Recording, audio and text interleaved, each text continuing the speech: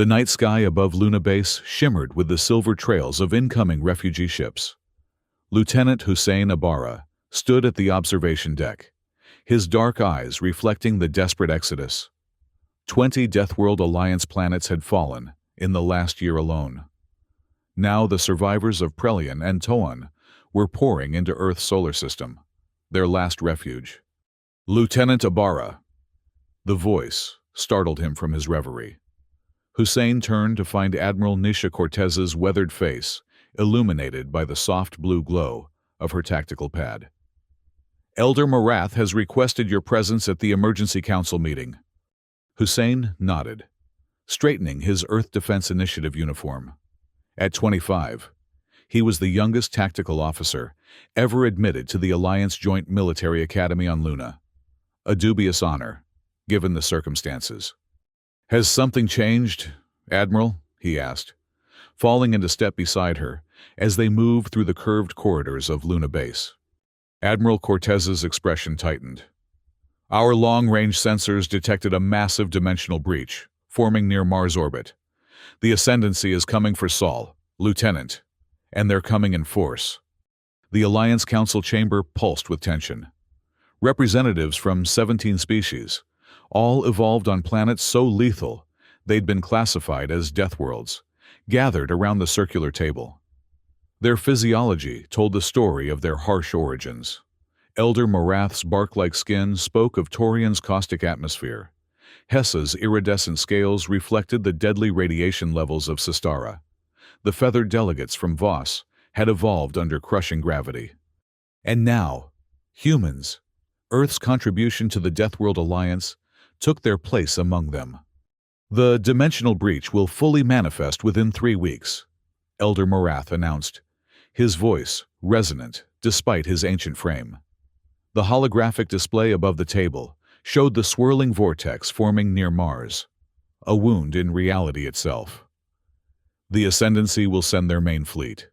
This is not a probe or a scouting force." "What of our defenses?" asked President Sofia Cardenas, Earth's unified leader.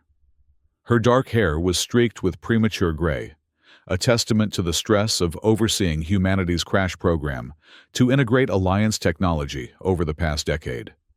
"Insufficient," stated Hessa, the Sistaran tactical officer, her scales shifting from blue to deep purple, a sign of distress among her kind. "Even with Earth's contributions, our combined fleet cannot withstand a full Ascendancy assault." Hussein listened as the Council debated evacuation protocols, defense perimeters, and last-stand scenarios. The conversation had the resigned tone of a species facing extinction. "If I may, Elder," Hussein said, rising from his seat. All eyes turned to him, the young human tactical prodigy that Admiral Cortez had insisted join their council. "The simulations assume we'll fight according to established Alliance doctrine. But what if we don't?" Hessa's scales flickered. "Alliance doctrine is built on centuries of warfare. Lieutenant, it is optimal. Optimal against conventional enemies," Hussein countered. "But the Ascendancy has adapted to our patterns. They predict our responses because we're predictable." Elder Morath leaned forward, his ancient eyes focusing on Hussein. "What do you propose, young one?" "Jazz," Hussein said simply. The council chamber fell silent. "Forgive me," said Elder Morath, "but Earth music seems an inappropriate response to imminent extinction." A slight smile crossed Hussein's face. "Not the music itself, Elder. The philosophy behind it. In jazz, musicians follow a framework but improvise within it, creating patterns that are structured yet unpredictable. The Ascendancy's AI tactical systems excel at predicting patterns, but they struggle with genuine improvisation." Admiral Cortez nodded slowly.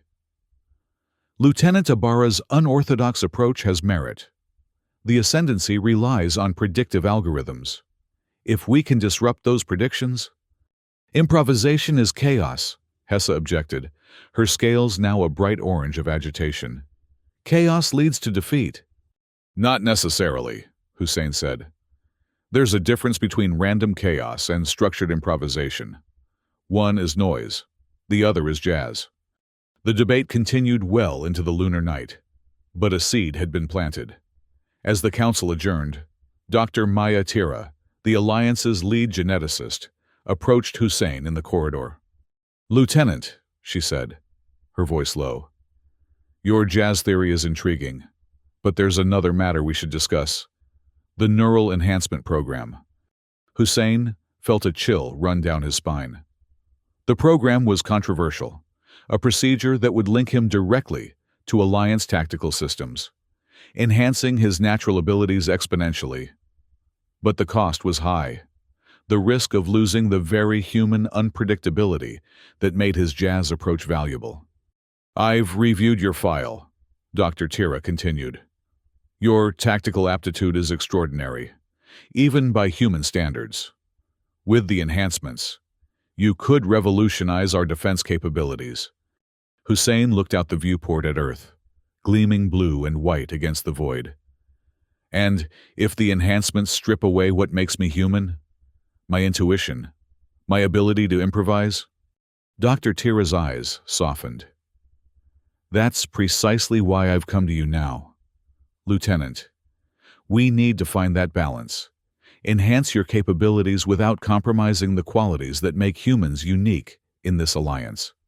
As they spoke, alarms blared throughout the base. The emergency comms crackled to life. "All senior officers to Simulation Chamber 1. Repeat. All senior officers to Simulation Chamber 1. Hussein and Dr. Tira exchanged glances before rushing toward the training facility. When they arrived, Admiral Cortez was already there, her face grim as she addressed the assembled officers. "The AI war simulation has detected an anomaly," she explained, gesturing to the holographic display where red markers were swarming through a simulated Mars orbit. "We believe the Ascendancy has infiltrated our training program. What you're seeing isn't a simulation anymore. It's a real-time feed from our orbital sensors." Hussein stepped forward, studying the patterns.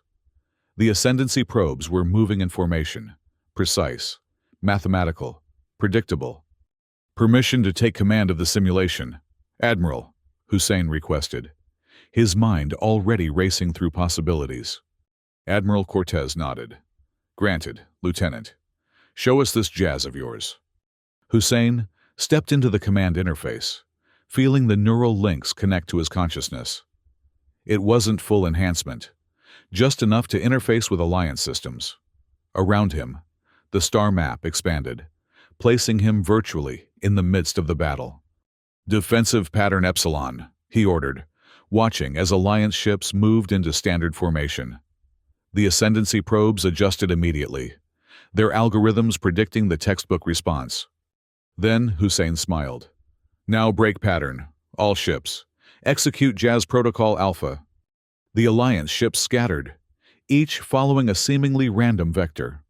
But there was method to the madness, a structured improvisation that Hussein had spent months developing with a small team of human musicians and mathematicians. On the tactical display, the Ascendancy probes hesitated, their prediction algorithms failing to compute the new patterns. In that moment of confusion, the Alliance ships struck from multiple vectors, disabling the probes before they could adapt. When the simulation ended, silence filled the chamber. Then Elder Morath spoke, his ancient voice carrying a hint of wonder. "It seems, Lieutenant Ibarra, that we may have found our edge against the Ascendancy." But the victory was short-lived. As the Council reconvened to discuss Hussein's successful defense, reports flooded in from Earth. Protests against mandatory Alliance technology integration, political factions arguing over committing ground forces, and widespread fear about the changes sweeping through human society. "We cannot fight a war on two fronts," President Cardenas argued, her hologram flickering above the council table. "If Earth's population remains divided, we'll be vulnerable when the Ascendancy arrives in force. Then we must show them what's at stake," Elder Morath replied. "Lieutenant Ibarra, your jazz strategy has proven effective in simulation. It's time to test it in a real engagement." 3 days later, Hussein found himself aboard the Alliance flagship Resilience, orbiting Mars alongside a joint Earth Alliance fleet. The first wave of Ascendancy scout ships had emerged from the dimensional breach, a prelude to the main invasion force. "Enemy vessels on approach," reported Hessa, who had been assigned as Hussein's co-tactical officer, despite her reservations about his methods. "Standard Ascendancy Vanguard formation." Hussein nodded, feeling sweat bead on his forehead. This wasn't a simulation anymore. Real lives depended on his theories being correct. "Fleet Command, this is Lieutenant Ibarra. Execute Jazz Protocol Beta. Repeat, execute Jazz Protocol Beta." Across the void, Alliance and Earth ships broke from conventional formations, flowing into seemingly chaotic patterns that nonetheless maintained defensive integrity. The Ascendancy scouts hesitated, their targeting systems struggling to establish locks on the erratically moving vessels. "Now," Hussein ordered, "strike pattern Coltrane." Named after one of Earth's greatest jazz saxophonists, the maneuver sent Alliance fighters surging through gaps in the Ascendancy formation, targeting propulsion systems and weapons arrays with surgical precision. The skirmish lasted less than 30 minutes, ending with the Ascendancy scouts in retreat, limping back toward the dimensional breach. The victory should have been cause for celebration. Instead, it sparked new tensions. During the post-battle briefing, Hessa confronted Hussein directly. "Your improvisations endangered 3 Cisteran cruisers," she said, her scales shifting to a deep crimson. "Alliance doctrine exists for a reason. Lieutenant, structure ensures survival." "With respect, Officer Hessa," Hussein replied, "it was the improvisation that won us this engagement. Had we followed doctrine, the Ascendancy would have predicted our every move." "Enough," Elder Morath intervened, his bark-like features unreadable. "The fact remains that we survived this encounter. But Lieutenant Ibarra, Officer Hessa raises a valid concern. If our forces cannot predict each other's movements, we risk friendly fire incidents." Hussein nodded, recognizing the legitimate critique. "Then we need to train together. Teach Alliance crews to understand the principles behind jazz strategy, without sacrificing their tactical discipline." "A synthesis," Dr. Tira suggested, joining the conversation. "Not pure improvisation, not rigid doctrine, but a harmonious blend of both." The discussions continued as months stretched into years. The Ascendancy's main fleet remained poised at the edge of the dimensional breach, conducting periodic probing attacks, but never committing to a full invasion. It was as if they were studying the Alliance's new tactics, searching for weaknesses. During this uneasy stalemate, Hussein found himself increasingly drawn to Dr. Tira's research facility, where the neural enhancement program continued to evolve. The ethical debates surrounding the procedure intensified as more human officers volunteered, some emerging with unprecedented tactical abilities, others struggling to maintain their emotional connections and intuitive thinking. "We're walking a dangerous line," Hussein said one evening, as he and Dr. Tira reviewed the latest test results. "These enhancements could save us, or they could strip away the very qualities that make humans valuable to the Alliance." "Which is why we need you, Hussein," Dr. Tira replied, using his first name in a rare moment of informality. "Your brain patterns are exceptional. You maintain structured thinking while allowing for creative leaps that our algorithms can barely follow. If we can use your neural architecture as a template." The conversation was interrupted by a base-wide alert. Hussein's comm unit chimed with Admiral Cortez's voice. "Lieutenant Ibarra to command. Priority Alpha. The Ascendancy has begun its main assault." The massive Ascendancy fleet poured through the fully manifested dimensional breach near Mars orbit. Hundreds of vessels, from nimble fighters to enormous dreadnoughts. At their center, the Ascendancy flagship Dominance loomed like a dark star, its weapon systems capable of reducing a planet to molten slag. In the command center on Luna, Hussein stood before the tactical display, feeling the weight of countless lives on his shoulders. The combined Earth Alliance fleet looked pitifully small in comparison to the Ascendancy Armada. "All those lives," Hussein whispered, watching as the civilian evacuation from Mars colonies proceeded with desperate urgency. "We can't save them all." "Then we must save as many as we can," Elder Morath said, standing beside him. The ancient Taurian placed a gnarled hand on Hussein's shoulder, an unprecedented gesture from a species that rarely engaged in physical contact. "Lieutenant, the Council has voted. You are promoted to Admiral, effective immediately. The fleet is yours to command." Hussein looked around the command center, at the assembled representatives, Hessa, Admiral Cortez, Dr. Tira, and delegates from all 17 Alliance species.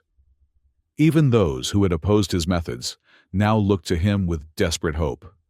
"The Jazz protocols won't be enough," Hussein said frankly. "Not against a force this size. We need something more. Something they won't expect." "What do you propose, Admiral?" asked President Cardenas, her hologram flickering with static as Mars communication systems began to fail under Ascendancy jamming. Hussein studied the dimensional breach, the swirling vortex that allowed the Ascendancy to pour into their universe from their parallel reality. An idea formed.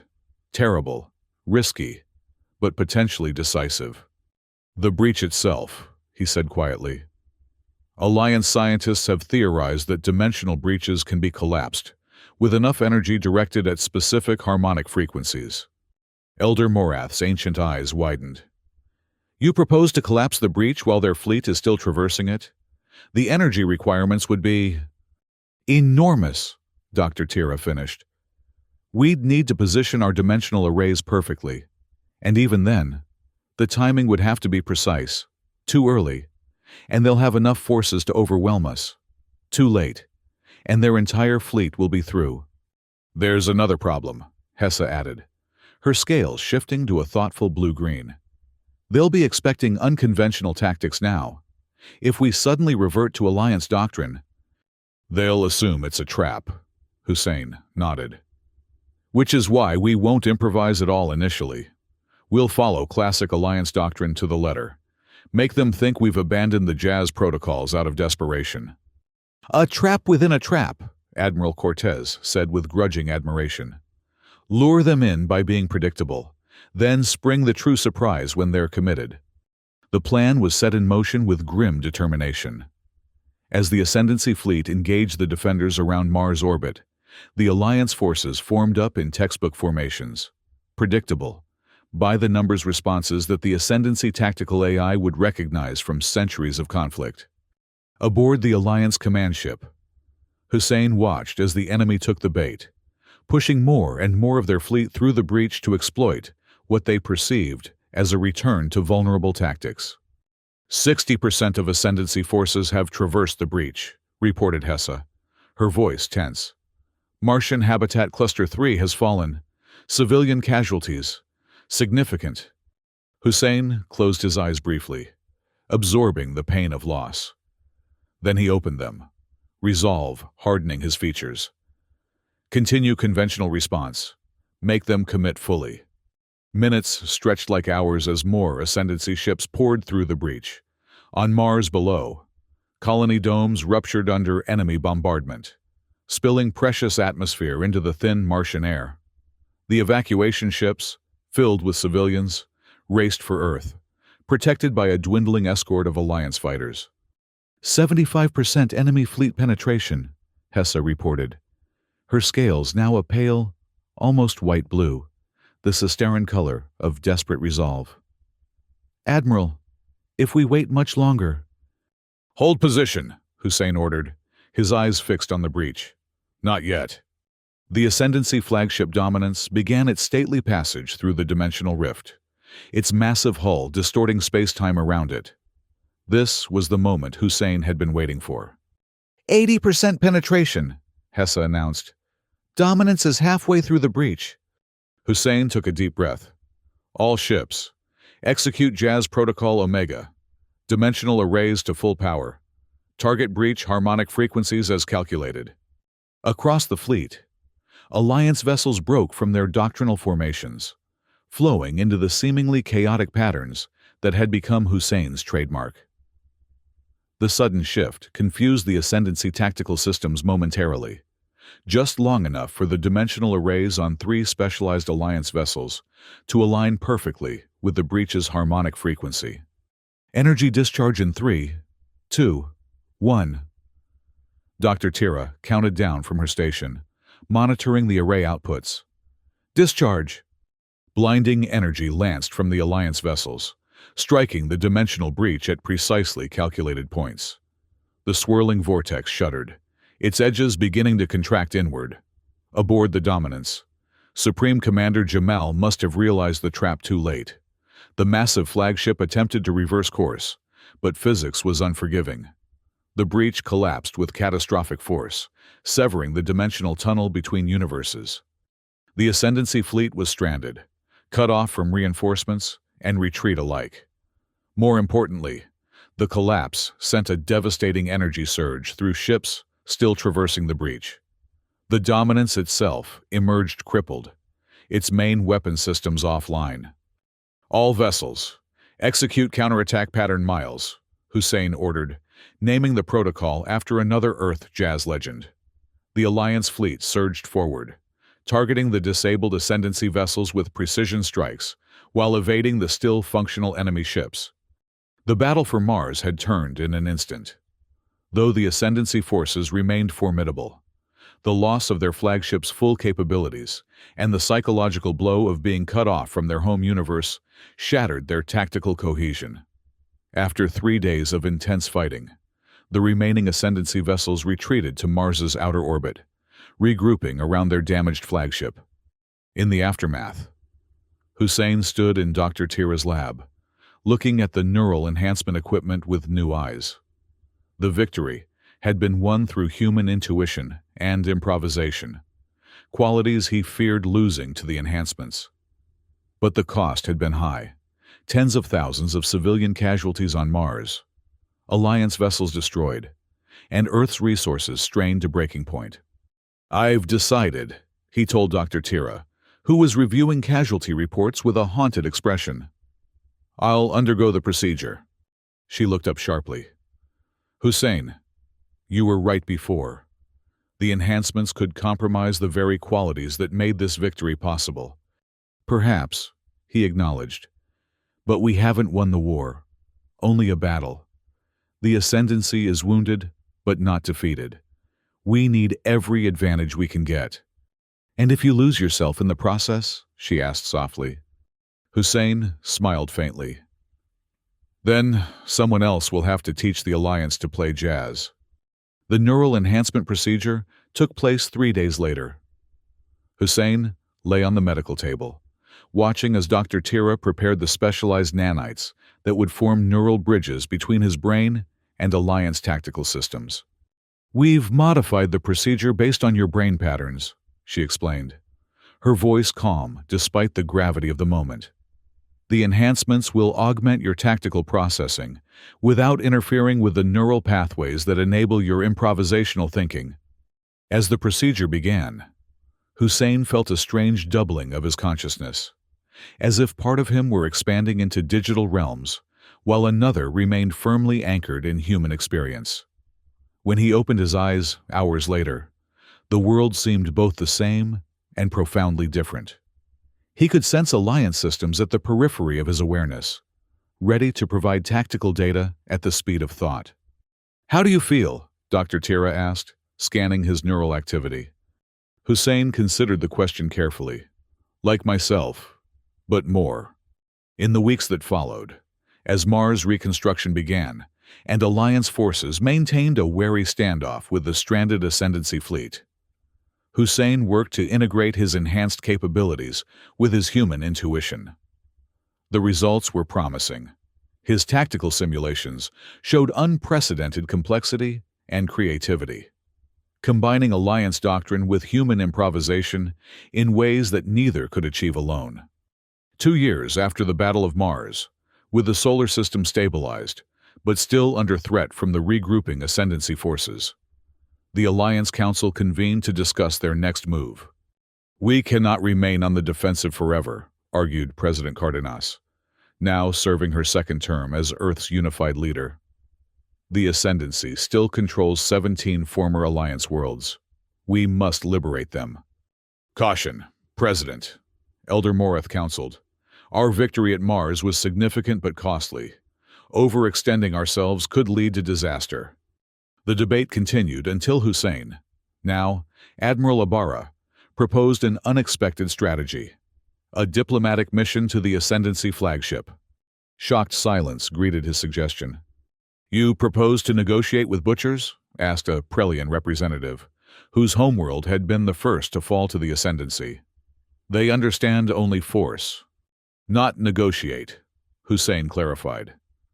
"Parley. I want to understand our enemy better. The Ascendancy has been fighting the Alliance for centuries, yet we know almost nothing about their motivations or their civilization." "A reconnaissance mission, then," Admiral Cortez said thoughtfully. "Gather intelligence under the guise of diplomatic exchange." Hussein nodded. "Precisely, and I'll lead it personally." Despite significant opposition, especially from species whose homeworlds remained under Ascendancy occupation, the Council eventually approved Hussein's mission. A small vessel was prepared, carrying Hussein, Hessa, whose tactical expertise would be invaluable, and Dr. Tira, whose knowledge of neural networks might provide insight into Ascendancy technology. Under a flag of truce, their ship approached the Dominance, which had been partially repaired but remained unable to generate a new dimensional breach. A tense communication established the terms of the meeting. 3 Alliance representatives would board the Ascendancy flagship to speak with Supreme Commander Jamal directly.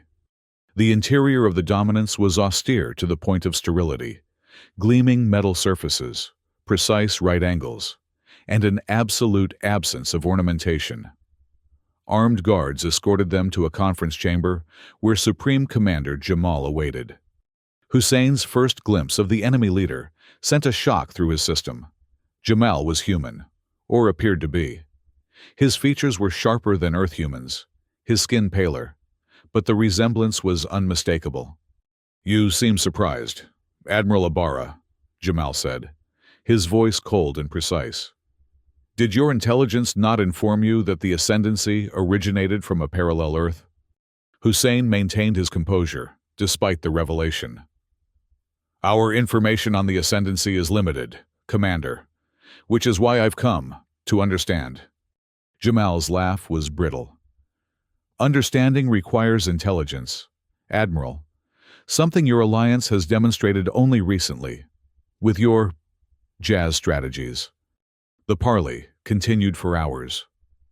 Through careful questioning, Hussein began to assemble a picture of the Ascendancy's motivations.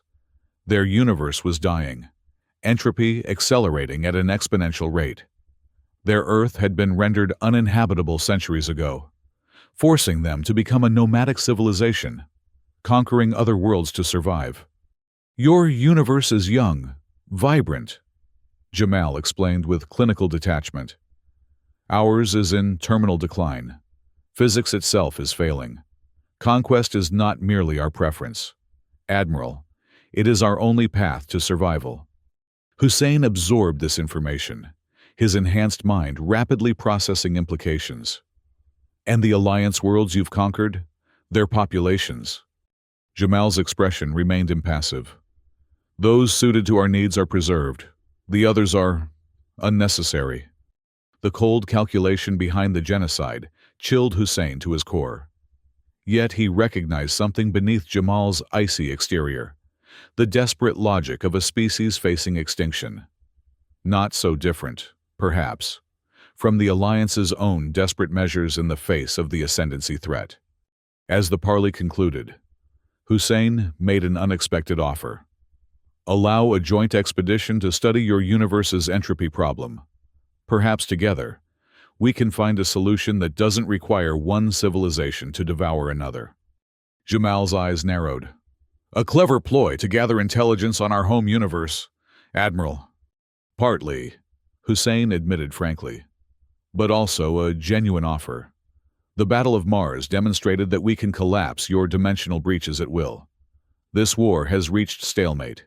Neither side can achieve total victory without mutual destruction. After a tense silence, Jamal nodded once. A small expedition, closely monitored. Any treachery will result in immediate termination.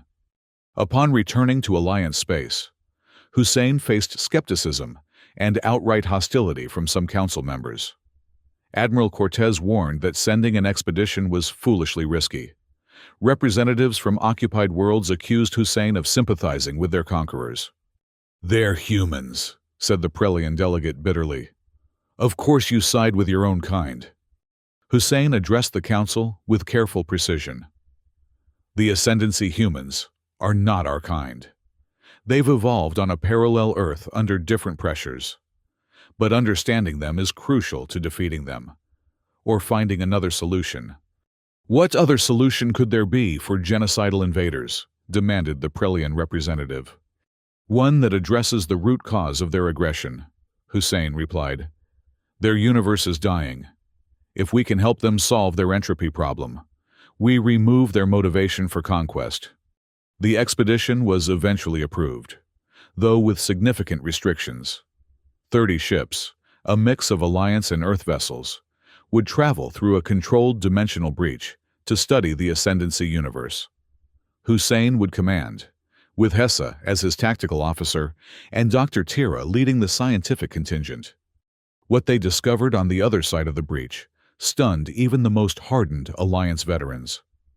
The Ascendancy's Earth, designated Earth Prime, was a barren wasteland, its atmosphere nearly gone, its oceans reduced to toxic sludges. The surrounding solar system had been systematically dismantled to construct a partial Dyson swarm around the Sun, a desperate attempt to harvest every available joule of energy from a star that was dying too quickly. "Their sun is entering premature collapse," Dr. Tira reported, her face pale as she reviewed sensor data. "And it's not just their solar system. Their entire universe is experiencing accelerated entropy. Stars are burning out, galaxies growing cold. It's as if their cosmos is aging at many times our universal rate." Hussein stood on the observation deck of the Alliance flagship, looking out at the skeletal remains of Earth Prime. "They are not conquerors by nature," he said quietly to Hessa, who stood beside him. "They're survivors, doing whatever it takes to escape extinction." "Does that excuse the billions they've killed?" Hessa asked, her scales shifting between conflicted colors. "No," Hussein admitted, "but it explains them. And understanding your enemy is the first step toward ending a war." The expedition continued for months, gathering data on the Ascendancy universe's accelerated entropy while maintaining a fragile truce with their hosts. During this time, Hussein had several more meetings with Supreme Commander Jamal, each revealing more about the Ascendancy's structure and philosophy. "Our society is built on strength," Jamal explained during one such meeting. "The weak consume resources better allocated to the strong. It is simply efficient resource management in a dying universe." "And when there are no more resources to consume," Hussein challenged, "when there are no more universes to invade?" For the first time, Jamal had no immediate answer. As the expedition prepared to return to their universe, Hussein made a startling discovery. Not all Ascendancy citizens supported their leadership's methods. Small resistance cells had formed, particularly among scientists and engineers who believed that cooperative research rather than conquest offered better long-term survival prospects. Through carefully established channels, Hussein made contact with these dissident groups. Their leader, a physicist named Alara, provided crucial information. The Ascendancy's dimensional breach technology had destabilized space-time in multiple sectors, actually accelerating the entropy problem they were trying to escape. "They're killing their universe faster in their desperation to flee it," Alara explained during a clandestine meeting. "And they'll do the same to yours if they continue." Armed with this knowledge, and with clandestine support from Ascendancy dissidents, Hussein formulated a bold strategy upon returning to Alliance space. Rather than continuing a defensive war, he proposed a targeted offensive, disable key ascendancy installations, demonstrate Earth Alliance technological superiority, and force a reconsideration of their entire approach. Not conquest, he explained to the skeptical council. Disruption. We target their shipyards, dimensional research facilities, and command hubs, without civilian casualties wherever possible. The campaign lasted 3 years. The combined Earth Alliance fleet, supplemented by Ascendancy resistance operatives, conducted precision strikes throughout Ascendancy territory. Each success bolstered the internal resistance, weakening Jamal's authority and the Ascendancy's rigid hierarchy. The final confrontation came in orbit around Earth Prime itself. Supreme Commander Jamal, his position increasingly tenuous as resistance spread through Ascendancy ranks, committed his remaining forces to a desperate defense of their ancestral homeworld. In the Alliance command ship, Hussein surveyed the tactical display. His enhanced mind processed countless variables simultaneously, while his human intuition searched for the unexpected angle, the jazz note that would resolve this deadly symphony. All ships, execute formation monk, he ordered, naming the protocol after a pioneering Earth jazz pianist. The Alliance fleet shifted into a hybrid formation, part traditional doctrine, part improvisational pattern. The effect was mesmerizing, ships moving in coordinated, yet unpredictable ways that the Ascendancy targeting systems couldn't anticipate. The battle raged for hours, punctuated by desperate maneuvers on both sides. When the Dominants finally suffered critical systems failure, Hussein ordered a ceasefire, rather than pressing the advantage to destruction. Supreme Commander Jamal, Hussein transmitted on an open channel. Your flagship is disabled. Your dimensional technology facilities are destroyed. This war ends today, but it doesn't have to end with your extinction. There was a long pause before Jamal's reply came. What terms does the Alliance offer its defeated enemy, Admiral Ibarra? Not terms, Hussein corrected. A proposal, a third path beyond victory or defeat. 3 months later, representatives from Earth, the Alliance, and the reformed Ascendancy gathered on neutral ground, a terraforming station in orbit around Mars. The Accords of Cooperation outlined a radical new relationship. The Ascendancy hierarchy would be dismantled. Alliance stellar restoration technology would be shared to address universal entropy, and a joint council would oversee the peaceful exchange of resources and knowledge between universes. This is unprecedented, Elder Marath remarked to Hussein as they watched the signing ceremony. The ancient Taurian's bark-like skin had grown more gnarled with age, but his eyes remained sharp. In all our recorded history, no war has ended with such transformation. Hussein nodded. Perhaps that's because we finally understood what we were really fighting against. Not each other, but extinction itself. And your jazz theory, Admiral? Marath asked, with what might have been a smile. Did it prove correct? Partially, Hussein admitted. The improvisation gave us tactical advantages. But in the end, it was understanding, not combat prowess, that won the true victory. 10 years after the signing of the Accords, Admiral Hussein Ibarra, now 45, stood on the surface of Earth Prime. Around him stretched newly planted forests, the first stage of a multi-century terraforming project. The soil, once toxic and dead, now supported tentative life thanks to Alliance bioremediation techniques.